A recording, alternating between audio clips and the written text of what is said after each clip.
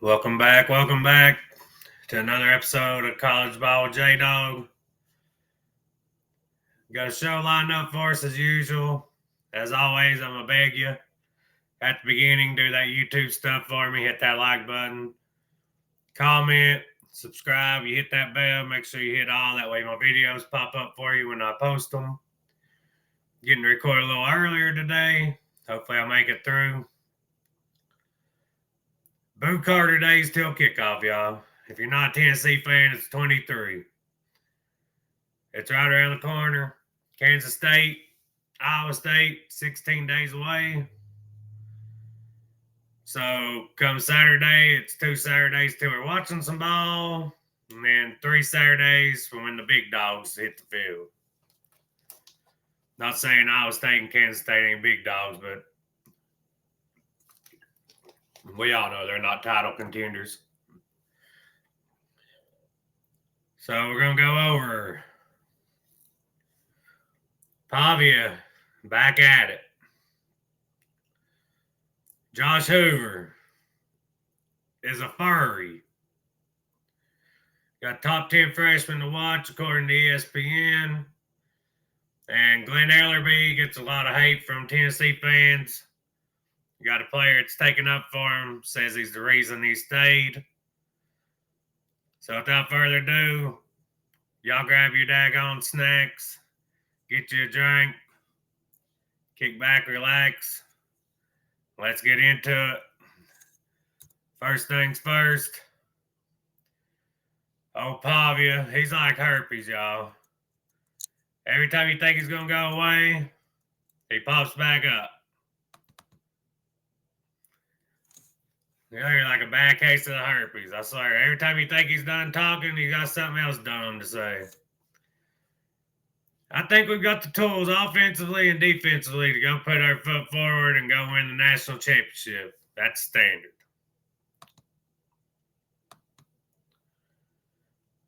As they used to say on NFL Countdown, come on, man. He can't really believe that. I get being confident in your abilities.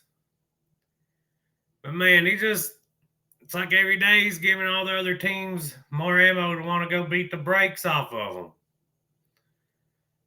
Even with us, he's running his mouth about us. Now he's saying they're a national title contender. Now, you're not going to sneak up on Alabama this year because you beat them, so they're going to want revenge.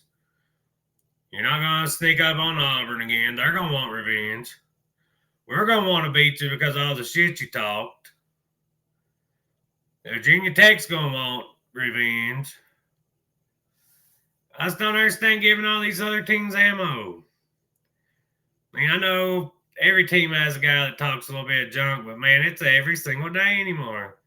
Yesterday, he said, fuck all of us. Oh, they can beat us any day of the week. And then they was going around the state a couple of weeks ago on Busting with the Boys. Now they're going to go out and they can win a national title.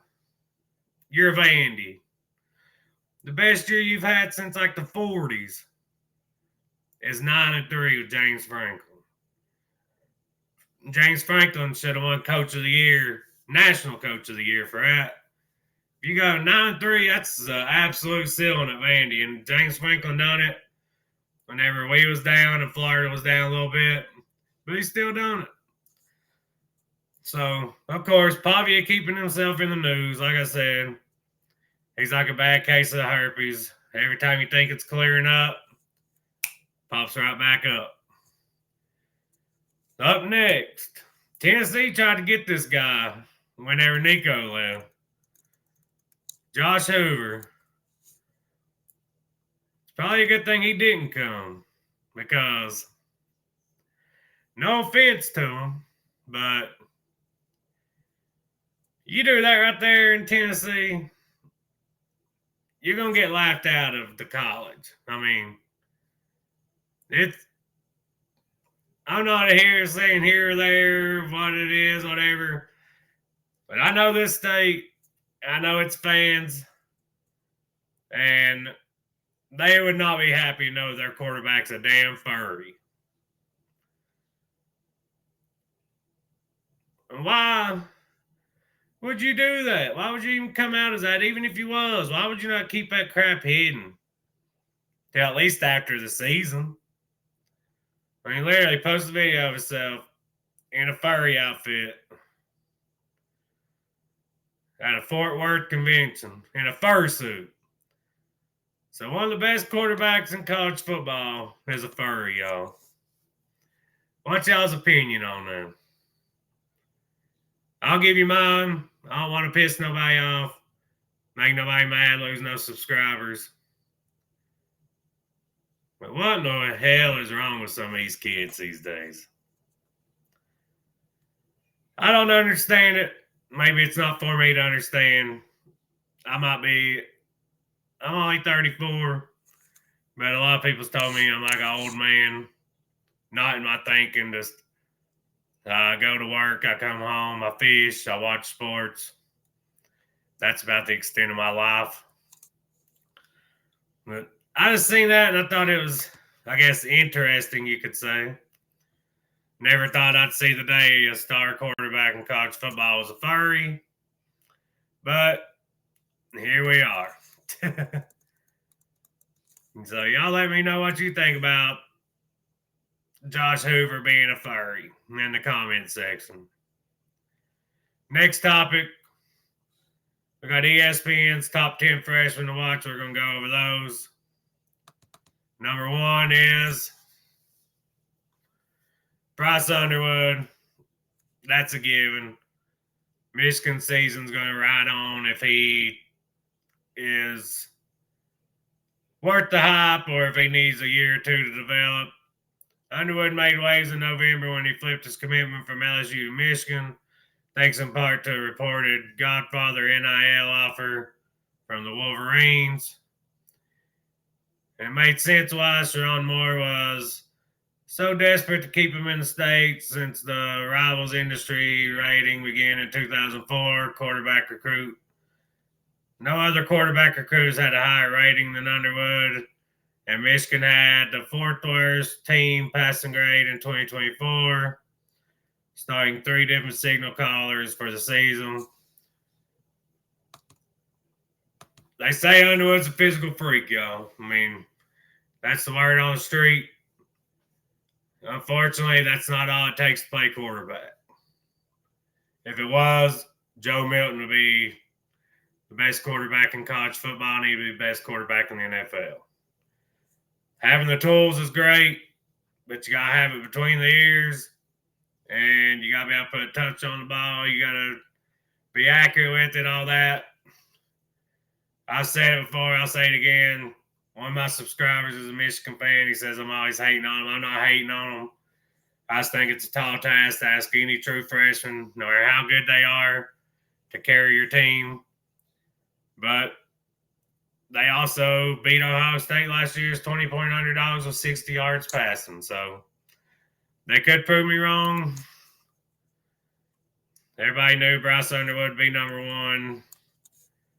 Number 2, we got wide receiver DeCorian Moore from Oregon. He's the number 5 overall player in the country, so number 1 wide receiver. This past season was the year of the true freshman, especially at receiver. Jeremiah Smith and Ryan Williams both dominated immediately. The easy top candidate to continue that trend at the position is Moore, with Evan Stewart potentially missing all of 2025 due to a knee injury. That sucks. Evan Stewart is a dog. He run a 10-4 100-meter dash. That's pretty damn quick for high school. It's quick in general. He's only 5'11", 186, so he's a speed guy. Is he going to be able to adjust to physicality? Will be his main deal. I mean, you got speed. You just got to get the ball in their hands. Is he going to be able to handle the physicality? We'll see. Up next, number 3, David Sanders, Tennessee. Tennessee's offensive line only posted a 61.5 grade as a unit, 2024, 105th in the FBS. Damn, I didn't realize it was that bad. We can run block. We could not pass block very good last year. Volunteers also lost 4 starters up front, opening the door for Sanders to start immediately as a true freshman. He's the current favorite to start at right tackle. He's an elite athlete who was a freight train in space. Sanders didn't allow a sack his senior year. He'll need to continue adding strength to his frame. He's already up 305 from 275. He's up to about 310 from 270. That's close, but he's up to about 210, 310 from 270. That's 40 pounds of muscle. He's going to start at right tackle. And the offensive line's going to be immensely better this year. Everybody says, oh, they only got one return starter. Well, we brought in 2 studs out of the portal. We got our left tackle as a 5-star. He's healthy now. Last year, he's never healthy. He never really got in shape because he missed the fall. And we got 5-star David Sanders at right tackle. The only spot really is center or right guard, according to where Sam Pendleton starts. If Pendleton starts center, right guard will be Umarov or Perry. And if he starts at right guard, center will be Satterwhite. But it's the most talented offensive line we've had under Heupel by far. And it's actually got some depth, too. So David Sanders, number 3. I can agree with that. Number 4, Dallas Wilson, Florida. Number 41 overall, 8th wide receiver. Had an incredible spring game performance. Starting wide out 2024, Eugene Wilson, J. Michael Sturdivant. In that scrimmage, Wilson caught 10 passes, 195 yards, 2 touchdowns. All right, he takes pride in his run blocking, which will help him see the field too. Keep an eye on Vernell Brown, 3rd in that receiving core. We've had a lot of guys get overhyped from spring games, y'all. I mean, Tennessee had a spring game the other couple years ago, and one of our walk-ons put on a show, and everybody's like, oh, he needs to be playing. It's spring game, y'all. I know it's the only thing you got to go off of from the end of the season till the beginning of the season, but I mean, the guy's talented. He could have a big year. And like I said, it's also spring game, so I'm not going to get too excited about that. He is obviously a good high school player, but we'll see how he does. Number 5, running back Gideon Davidson, Clemson. Number 90 overall, number 4 running back. Clemson's leading rusher, Phil Maffa, being gone with the Cowboys now. Running back was the only question mark for the Tigers this season. Therefore, Davidson has a great chance of starting in that role as a true freshman. He's produced monster numbers across the last 2 years in Virginia, rushing for 5,057 yards, 80 touchdowns as a junior. As a senior, averaging 10 yards per carry. Davidson's game seems ready-made for the college level as he wins with outstanding vision and patience. Even if he doesn't start immediately, expect a healthy dose of carries for him. The main thing to stop stud freshman running backs from starting is pass blocking, y'all. They're not used to the exotic blitzes and stuff that goes on in college, all the mixed up coverages, all that. He could still start, but that's where most freshmen struggle at. So, I mean, he could rush for 1,500 yards as a freshman. A lot of freshmen come in and play really good at running back. They struggle with pass blocking, so I could definitely see him starting there with all the experience Clemson has everywhere else. Number 6, Malik Washington, Maryland. He was the number 105 overall player, number 11 quarterback. Even though Washington went in the top 100, top 10 quarterback in the 2025 class, he's still absolutely a freshman to know heading into 2025 season because he has a great chance to start for Maryland week 1. Washington is the highest rated recruit that the Terrapins have landed in 4 years and is battling UCLA transfer Justin Martin, a redshirt freshman Christian Martin, for the job. The former made 1 start in his career with the Bruins, while the latter has never played a snap. Washington has a college-ready body, 6'5", 230. That's a pretty good-sized feller. He went 12 of 18 in the spring game, 168 yards, 2 touchdowns. He's poised under pressure. He can make plays with his legs. That's crazy to think a top 110 player is the highest guy Maryland's landed. in the last 4 years. Loxley had that program going pretty good when they had Tua's little brother, and it just fell apart. I guess their NIL and stuff's not up to par with the rest of the conference, because Maryland used to have some pretty good football teams back in the day, and lately, 6-6, 7-5 is the best they've done. So up next, we got cornerback Devin Sanchez, Ohio State. He's the number 6 overall player, number 1 cornerback. Teams like Ohio State now, they got a freaking embarrassment of riches, y'all.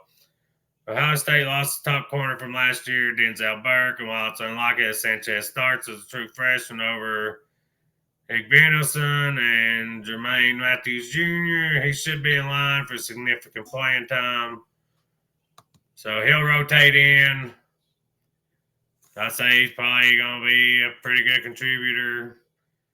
Most of the time, if you're a 5-star corner, you work out, not all the time, but they're got a pretty high hit rate. Number 8 is a corner also, DJ Pickett, LSU. LSU needs him to step up big time. Their secondary's been hot garbage the last 2 years. Teams have threw all over them. Their defense, period, which is not something LSU likes. LSU used to win games 9-6 and stuff under Les Miles. They was always dominant on defense, couldn't do it on offense. It's kind of been the opposite under Brian Kelly, which is weird. Sanchez isn't the only quarterback who could make an immediate impact. One of LSU's starting outside cornerback spots will be manned up by Virginia Tech transfer Mansour Delane. The other very much up for grabs, while the Tigers do return starter in Ashton Stamps. He had sub-70 PFF grade in 2024, and LSU needs some star power on what's been a lackluster defense for the past couple years. That could come in the form of Pickett. Pickett, 6'5", 200-pound corner, runs a 10.7, 100-meter dash. 6'5" corner is pretty wild. If he's not it sounds like he's athletic enough. Runs a 10.7, 100-meter dash. If worse comes to worse, he can go play safety and probably be an absolute dog back there. Number 9 freshman to watch, edge rusher Jakeem Stewart, USC. He's right on the cusp of being a 5-star, 33 overall. There's 32 5-stars. Stewart was once top overall recruit in the 2026 class, but reclassified. So he's a dog, but edge rusher is not a place you want to be 17, 18 years old at. He'll probably get playing time. He'll probably play pretty good, but he'll probably need a year to develop, get more muscle mass, and learn some technique. If they're still in the Pac-12, I'd say he might do a little better, but Big Ten's got some pretty physical offensive lines. But he'll probably be a stud. If you reclassify and you're still almost a 5-star, that's pretty damn good. And he's the number 1 player overall in the 2026 class, which is this class coming up. Quarterback Julian Lewis. I'm not going to read all this. I don't know why he's on this list. Unless Caden Salter gets hurt, Lewis ain't going to start. Yeah, he reclassified too. He's a top 60 player. He's a 5-star in the 2026 class. Caden Salter didn't go there, sit on the bench. So unless they're just up big time in some games, I don't see Julian Lewis getting that much playing time. That's the one I disagree with ESPN on. That's just my personal opinion. By the way, Tennessee did not have fall camp today. That's why I don't have fall camp news on here. I did not screenshot this, but I did, but I didn't save it for the video. They're trying to act like Savion Hyder's only considering us in Michigan because Ohio State and Georgia wasn't willing to match our offer. Tennessee has never been the team that overpays for players. That's why we missed out on some guys. We get our guys, we pay them fair, we bring them in on relationships. So I just have a hard time believing that. I just think that's them trying to save face for getting out recruited by us in Michigan. Because Georgia, they probably won't overpay, but Ohio State had the second or third highest paid roster in the country last year, so they'll pay up. I think Savion Hunter likes their relationships better with us in Michigan. Michigan's produced stud running backs for the last few years, and our running backs have been good the last few years. Jalen Wright, Jabari Small, Deion Sampson. And in Heupel's offense, if we ever get that elite top end talent at running back, it could be special. I'm not saying Sampson ain't top talent, but they were high three, low 4-star guys. If we get one of those top end guys, it could be absolutely special, y'all. I wanted to cover that real quick because I forgot to put a screenshot of that on this video. And up next, we're going to cover Sham Umarov on why he stayed at Tennessee instead of transferring, even though he might not start. Umarov, a former 4-star recruit, played just 66 snaps last year. Pointed out the Vols' offensive line coach, Glenn Ellerby, is the top reason they stayed at Tennessee. My coach, when that's what made him want to stay at Tennessee. Ellerby, he's one of the greatest in the league and the whole NCAA. He's a guy that believes in you, strives for you to be the best person you can be, whether it's in football or just as a human being. He loves to be hard on us, but that's the way you got to be, especially in the SEC, which is something I was talking about before. No one's going to give you compliments when you're doing your job because you're supposed to do it, but he'll give you a pat on the butt when we do a good job. But I don't really need that. We don't need that. We just need to work. So, sounds like Ellerby's a coach kind of like Rodney Garner. I've been talking about the last couple of days. Rodney Garner's going to coach you hard, and if he gives you praise, that means you worked your ass off and you've earned that praise. Ellerby is taking some heat from Tennessee fans, which is what I said. Player took up for him, especially after last season when the Vols' offensive line ranked 105th in FBS. But his players clearly love him, and he's done a solid job on the recruiting trail. Ellerby's unit needs to show improvement in 2025, and there's reason to believe it will, thanks to the strong culture that's been built in Tennessee's offensive line room. I think we're trying to make a major jump this year, y'all. Yeah, last year we had all of our guys back, but let's be honest, they wasn't really that talented, y'all. And the guys that were real talented, they was hurt all year, they was playing hurt, and they wasn't playing up to their potential. I think this year's team, from fall camp reports, they seem to be pretty healthy. Lance Hurd's in shape. He's over his ankle injury. He's healthy. Got 2 5-star at tackles, right and left. Got Wendell Moy, who had like an 85-something Pro Football Focus passive grade. So he's a dog in the pass blocking. Pendleton, his limited reps at Notre Dame, was a dog. And Ellerby was praising him today about how great he was, how great he is, how he's an offensive line coach's dream. So that makes me feel good. So wherever he starts, that spot will be locked down, whether it's a center or guard. It don't matter. He takes that spot, and then there's just one spot where somebody that's talented is going to step in. We got high 4-star guys that back up at almost every offensive line position, y'all. Steve Oslo, line coach, going down will be on Notre Dame transfer Sam Pendleton. He's the ultimate O-line guy. He loves being an offensive lineman. He does everything with a smile and encourages the other guys.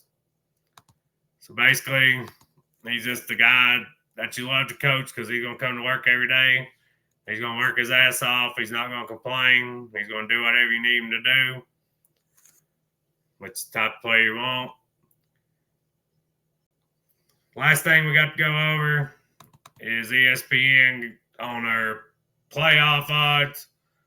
Tennessee is the 7th best football team in the Southeastern Conference according to ESPN's SEC Power Rankings. The Vols are ranked behind Texas, Georgia, Alabama, LSU, Texas A&M, and Ole Miss, respectively. I don't like being behind A&M and Ole Miss